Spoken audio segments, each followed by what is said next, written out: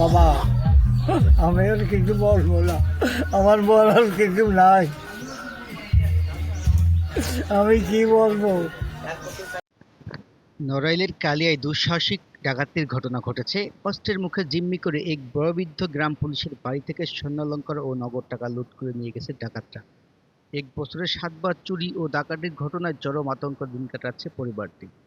ডাকাতির ঘটনা ঘটেছে নড়াইলের কালিয়া উপজেলার সালামাবাদ ইউনিয়নের জয়পুর গ্রামে। এই গ্রামের বাসিন্দা বয়োবৃদ্ধ গ্রাম পুলিশ নির্মল বিশ্বাস গত রাতে তার বাড়িতে হানা দেয় একদল অস্ত্রধারী ডাকাত। ডাকাতরা অস্ত্রের মুখে পরিবারের সবাইকে জিম্মি করে ঘরে থাকা স্বর্ণালংকার ও নগদ অর্থ লুট করে নিয়ে যায়। মুহূর্তে নিঃস্ব পড়ে নির্মল বিশ্বাস ও তার পরিবার। এই আগে 7 বার চুরি হয়ে গেছে, আর এই একবার 8 বার। এই 7 বার চুরি হয়েছে কত বছর আগে? এই 1 বছরের মধ্যে এই বছর। জিনিস তো নিয়ে গেছে, গলার পরে দাও কাছে ধরে, তাহলে আমরা কোনো অসুবিধে আছি তাই। আমাদের বাড়ি যে ডাকাতটা হয় আর কি, ওনরা আর 7 থেকে 8 জন আসছে। আসার পর মানে গলার কাছে দা ধরছে, ধরে তারপরে মানে আমার কান থেকে স্বর্ণের যে কানেরটা ছিল সেটা নিয়ে গেছে। আঘাত করিনি, মানে ওই কোপ দেওয়ার চিন্তা ভাবনা নিয়েছে। সেই সময় আমার স্ত্রীর কানেরটা ছিল, সেই কানেরটাটা আমি বলেছি যে ভাই আমি খুলে দিচ্ছি। তখন আমার স্ত্রীকে বললাম ওই কানেরটা খুলে দাও।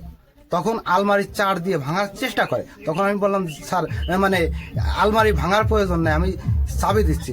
আমার স্ত্রীকে বললাম চাবি কোথায়, চাবি দাও।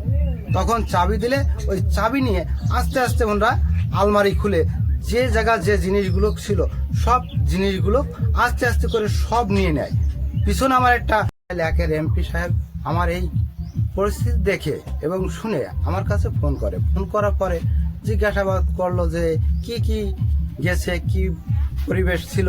তখন আমার খোঁজ খবর নেওয়ার কারণে আমি মাননীয় সংসদ সদস্যকে অনেক ধন্যবাদ জানাই যে আমার পরিবারের দাবি, গত 1 বছরে তাদের বাড়িতে ডাকাতি ও চুরির ঘটনা ঘটেছে অন্তত 7 বার। প্রতিনিয়ত এমন ঘটনার কারণে চরম আতঙ্কে বসবাস করছেন তারা।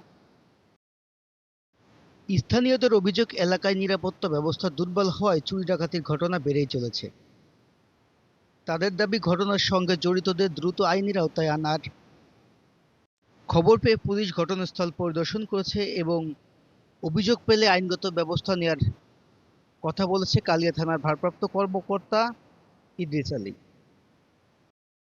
নড়াইলের কালিয়ার জয়পুর গ্রাম থেকে মোহাম্মদ বাবর আলী, চ্যানেল 9।